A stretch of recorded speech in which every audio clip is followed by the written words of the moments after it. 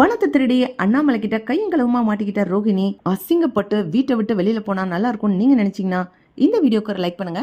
Hi friends, சிறடிக்கு ஆசை சீரியலோட predictions பார்க்கலாம். மீனா கிருஷ வீட்டுக்கு கூட்டிட்டு வந்துடுறாங்க. விஜயா, இந்த தண்டத்தை வேற எதுக்கு கூட்டிட்டு வந்தீங்க? உங்களுக்கே தங்குறதுக்கு இங்க இடம் இல்ல, இதுல இது வேறையா அப்படின்னு விஜயா வேற திட்டுறாங்க. மீனா சொல்றாங்க, அத்தை அவன் ஒன்னும் உங்க ரூம்ல வந்து படுக்க போறது இல்ல, உங்களை ஒன்னும் தொந்தரவு பண்ண மாட்டான். அவங்க பாட்டி சொல்லாம கொள்ளாம எங்கேயோ போயிட்டாங்க, அவங்க கிடைக்கிற வரைக்கும் இங்க இருக்கட்டும். நாங்களும் போலீஸ்ல கம்ப்ளைண்ட் பண்ணிருக்கோம், பாட்டிய காணோம்னு சொல்லி. கண்டிப்பா அவங்க கிடைச்சிருவாங்க, கிருஷ்ய கூட்டிகிட்டு போயிடுவாங்க அப்படின்னு சொன்ன உடனே விஜயா சொல்றாங்க, ஏய் இழிச்சவாச்சி, அவங்க ஒன்னும் வரமாட்டாங்க. இந்த பையன் இதே வீட்டுல வசதியா இருக்கட்டும், சாப்பாட்டு செலவு ஸ்கூல் செலவு எல்லாம் மிச்சம்னு நினைச்சு இந்த பிள்ளைய உங்க தலையில கட்டிட்டு அவங்க காணாம போயிட்டாங்க. நீங்க தத்தெடுக்கிறோன்னு கேட்கும் போது என்னமோ ரொம்ப ரோஷப்பட்டு வேணான்னு அந்த பேச்சு பேசிட்டு போனாங்க. இப்ப அவங்களா உங்ககிட்ட விட்டுட்டு போயிட்டாங்க. இனிமே எப்பவுமே வரமாட்டாங்க. அம்மாகாரியும் இல்ல, பாட்டியும் இல்ல, அனாத பைய. அதனாலதான் உங்களை விட்டுட்டு போக மாட்டேன்னு இந்த பையலும் சொல்றேன் அப்படின்னு விஜயா திட்டுறாங்க. கிருஷ் அப்படியே ரோஹிணிய பாக்குறான். மீனா உடனே, ஏன் அத்தை இப்படி எல்லாம் பேசுறீங்க, சும்மா இருங்க அப்படின்னு கிருஷ கூட்டிட்டு வெளியில போயிடுறாங்க. கிருஷ சொல்றான், ஆன்ட்டி எனக்கு ட்ரெஸ் எல்லாம் வச்சுக்கிறதுக்கு ஒரு பொட்டி வேணும் அப்படின்னு கேட்கும்போது, சரி வா போய் வாங்குவோம் அப்படின்னு மீனா கூட்டிக்கிட்டு போறாங்க. போற வழியிலேயே மனோஜோட கடை இருக்கு, சரி இங்க போய் வாங்கலாம், ரோஹிணி இருந்தாங்கன்னா விலை கம்மியா பேசி வாங்கிருவோம் அப்படின்னு மீனா நினைச்சுக்கிட்டு போறாங்க. மீனா ரோஹிணி இருக்கும் போதே மனோஜோட ஷோரூமுக்கு போறாங்க. கிருஷ கூப்பிட்டுக்கிட்டு, கிருஷும் ஹாய் ஆன்ட்டி அப்படின்னு ரோஹிணி கிட்ட பேசுறான். எதுக்குடா, எதுக்கு இங்க வந்தீங்க? இல்லம்மா, எனக்காக ட்ரெஸ் எல்லாம் வச்சுக்கிற ஒரு பாக்ஸ் வாங்க வந்திருக்காங்க மீனா ஆண்டி, அதுக்கு எதுக்குடா இந்த கடைக்கு கூட்டிக்கிட்டு வந்த அப்படின்னு சொல்லி ரோஹிணி திட்டுறாங்க. மா சும்மா இருமா, மீனா ஆண்டி ரொம்ப நல்லவங்க அப்படின்னு கிருஷ் சொல்லிட்டு கடைய ரொம்ப ஆசாசையா சுத்தி பாக்குறான். எல்லா இடத்துக்கும் ஓடி ஓடி பாக்குறான். மீனா சொல்றாங்க, அங்கெல்லாம் போகக்கூடாது கிரிஷ், அதெல்லாம் தொடக்கூடாது. கிரிஷ் அதையுமே கேட்காம வேகமா ஓடி ஓடி ஒவ்வொரு ரூமா போறான்.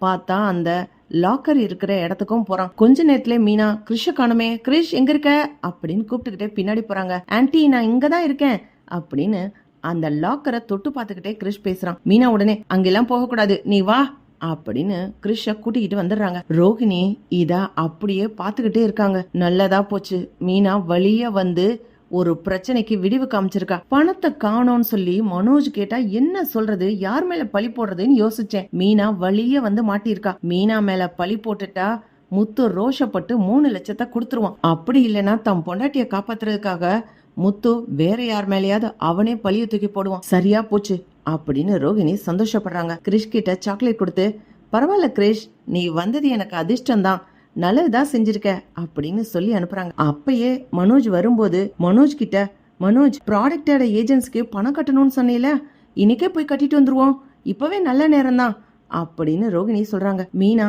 அப்படியே ரோஹிணிய பார்த்து சிரிச்சுக்கிட்டே வெளியில கிளம்புறாங்க. மனோஜ் போய் லாக்கரை திறந்து பார்த்த உடனே அங்க பணம் இல்ல. ரோஹிணி பணத்தை காணோம் அப்படின்னு மனோஜ் பதறான்.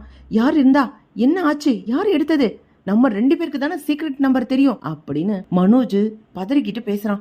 ரோஹிணி உடனே, என்ன மனோஜ், நம்ம ஸ்டாஃப் எல்லாம் சந்தேகப்படவே முடியாது, நேத்து கூட எல்லாரும் லஞ்சுக்கு போனாங்க, இந்த ராஜாராணி மட்டும்தான் இருந்தாங்க, இப்ப கூட மீனா வந்தாங்க, இந்த லாக்கர் நல்லா இருக்கு அப்படின்னு மீனா கூட அதை தொட்டு பார்த்தாங்க, அதுக்காக நான் என்ன மீனாவையா சந்தேகப்பட முடியும் அப்படின்னு ரோஹிணி சொல்றாங்க.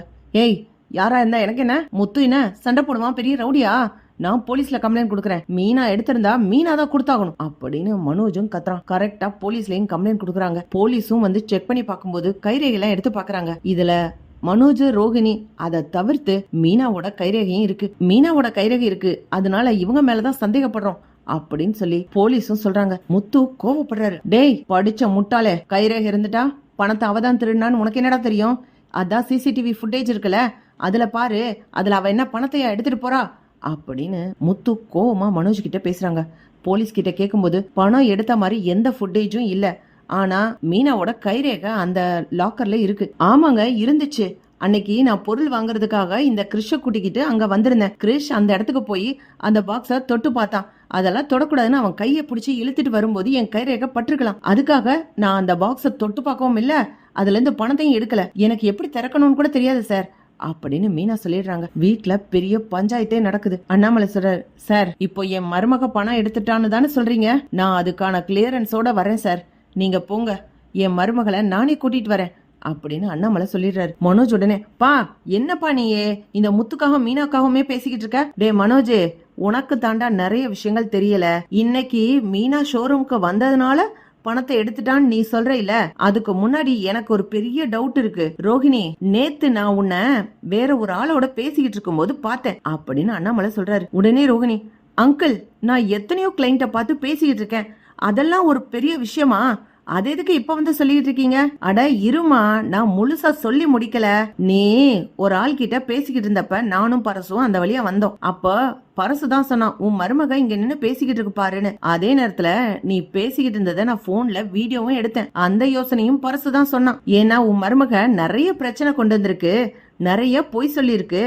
இப்ப அந்த ஆள் கிட்ட பேசிக்கிட்டும் இருக்கு. பேசிக்கிட்டு மட்டும் இல்ல, அந்த ஆள் கிட்ட கட்டுக்கட்டா பணமும் கொடுக்குது அப்படின்னு சொல்லி அந்த நேரத்துல தாமா நான் வீடியோ எடுத்தேன். உனக்கு எப்படி பணம் கிடைச்சிச்சு அப்படின்னு அண்ணாமலை கேக்குறாரு. அப்பா என்னப்பா சொல்றீங்க? ரோஹிணியை பார்த்து சந்தேகப்படுறீங்களா? டேய், மீனாவும் எனக்கு மருமக, ரோஹிணியும் எனக்கு மருமக. ஆனா மீனாவை பத்தி எனக்கு நல்லா தெரியும். மீனா பொய் சொல்ல மாட்டா, அடுத்தவங்க பணத்தை திருட மாட்டா. ஆனா ரோஹிணிய பத்தி ரொம்ப நல்லா தெரியும். ரோஹிணி பொய்யிலே பிறந்து பொய்யிலே வளர்ந்துருக்கு.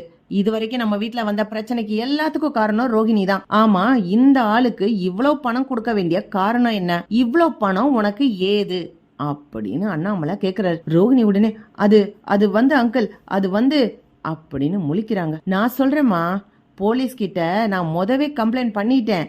உங்க ஷோரூம்ல இருக்க சிசிடிவி ஃபுட்டேஜையும் செக் பண்ணவும் சொல்லிட்டேன். நேத்து செக் பண்ணும்போது கரெக்டா குறிப்பிட்ட நேரத்துல மட்டும் சிசிடிவி ஃபுட்டேஜ் ஆஃப் ஆயிருக்கு. ஸ்டாஃப் கிட்ட எல்லாத்திட்டையும் கரெக்டா விசாரிக்கவும் செஞ்சுட்டாங்க. லஞ்ச் டைம்னு சொல்லி எல்லாரையும் ஒரே நேரத்துல சாப்பாட்டுக்கு நீ அனுப்பியிருக்க. அதுக்கப்புறம் அந்த ராணின்ற பிள்ளைகிட்டையும் தலைவலிக்குது காப்பி வாங்கிட்டு வான்னு சொல்லி அந்த பிள்ளையும் அனுப்பி இருக்கிற. நீ என்ன பண்ணுனேன்றத பார்த்த சாட்சியும் இருக்குதுமா அப்படின்னு அண்ணாமலை சொல்றாரு. அப்பா என்னப்பா சொல்ற அப்படின்னு முத்து கேட்டோன்ன, ஆமா முத்து, மீனா மேல எந்த தப்பும் இல்ல. பணத்தை ரோகிணியே எடுத்துட்டு மீனா மேல பழி போடலாம்னு நினைச்சிருக்கு. மீனா நல்ல பொண்ணு, கடவுள் காப்பாத்திடுவாரு. மீனா மேல எந்த தப்பும் இல்லன்னு நிரூபிக்கிறதுக்கு முன்ன பின்ன இதெல்லாம் நடந்துச்சு. நானே ரோஹிணி இந்த ஆள்கிட்ட காசு கொடுக்கறத பார்த்தேன் அப்படின்னு அண்ணாமலை அந்த வீடியோவை எடுத்து முத்துக்கிட்டையும் மனோஜ் கிட்டையும் காமிக்கிறாரு. முத்து பார்த்தோன்னே, பா இவனை நான் பாத்திருக்கேன்ப்பா, இவன் தான்ப்பா மனோஜ் கல்யாணத்தன்னைக்கு என்கிட்ட அடி வாங்கி ஹாஸ்பிட்டல்ல கோமா ஸ்டேஜ்ல அட்மிட் ஆனவன். அதுக்கப்புறம் மனோஜோட ஷோரூமுக்கு வந்து லெட்டர் கொடுத்தவன், என்னை பத்தி தப்பு தப்பா லெட்டர் எழுதி கொடுத்தானே, அதுவும் இவன் தான்ப்பா. சாமியார் வேஷம் போட்டு கோயில்ல உட்காந்து ஏமாத்துனது இவன் தான்ப்பா அப்படின்னு முத்து சொல்றாரு. மனோஜ் உடனே அவனை அந்த போட்டோவை வாங்கி பார்த்துட்டு, ஆமாப்பா இவன் தான் அப்படின்னு சொல்றாங்க. அப்போ இவனுக்கு எதுக்கு ரோஹிணி இவ்ளோ பணத்தை கொடுக்கணும்? ரோஹிணிக்கு பணம் ஏது இதுக்கு முன்னாடி? அதுக்குதான் நான் முதல் கேள்வியவே, உன்கிட்ட பணம் இருக்காமா, யாருக்காவது கடன் கொடுக்க வேண்டியிருக்கான்னு கேட்டேன். ரோஹிணி இல்லன்னு பதில் சொல்லிச்சா. இப்ப கிடைக்குதா அந்த பதிலுக்கு ஆன்சர் என்னன்னு? ரோஹிணி தான் உன்னோட லாக்கர்ல இருந்த பணத்தை திருடிட்டு அந்த பழிய மீனா மேல போட்டுடலான்னு பிளான் பண்ணிருக்கு. ஆனா கடவுள் ஏன் கண்ணுல மாட்ட வச்சிட்டாரு. ரோஹிணி இந்த ஆள் கூட நின்னு பேசுதே, என்ன விஷயம்னு யோசிச்சுச்சு. நானே வீடியோ எடுத்துட்டேன். அவன்கிட்ட இவ்வளவு பணம் கொடுக்குது, விசாரிக்கலான்னு நினைச்சுதான் இருந்தேன். அதுக்கப்புறம் தொடர்ச்சியா வேற வேற வேலை வந்ததுனால விசாரிக்காம விட்டுட்டேன். இன்னைக்கு கரெக்டா அதுக்கான பிரச்சனை வந்துருச்சு. எப்படிமா ரோஹிணி உன்னால இப்படி ஒரு வேலை செய்ய முடியுது? நீ ஏன் தப்பு பண்ற? அதுக்கடுத்து அந்த பழிய தூக்கி அடுத்தவங்க மேல, அதுவும் நம்ம வீட்டுல இருக்க ஒருத்தர் மேல பழி போட முடியுது. இதெல்லாம் ரொம்ப தப்புமா. என்னைக்குமே நீ திருந்த மாட்டியா? விஜயா என்னதான் மருமக கூட்டிட்டு வந்தாலோ நம்ம குடும்பத்துக்கும் கஷ்டம். இப்போ நீ மனோஜ லவ் பண்றேன்னு சொன்ன, மனோஜுக்கும் கஷ்டம். என்னடா மனோஜ், உன் பொண்டாட்டி உன்னையவே ஏமாத்துதே அப்படின்னு அண்ணாமலையும் கேக்குறாரு. முத்துவும் கேக்குறாங்க. ரோஹிணி வசமா மாட்டிக்கிட்டாங்க அண்ணாமலை கிட்ட. பணத்தை திருடினது ரோஹிணி தான் அண்ணாமலையே நிரூபிக்கிறாரு. இப்படிதான் போலாம் ஃப்ரெண்ட்ஸ். பக்கத்துல லைக் பண்ணுங்க, ஷேர் பண்ணுங்க, கமெண்ட் பண்ணுங்க. Thank you friends.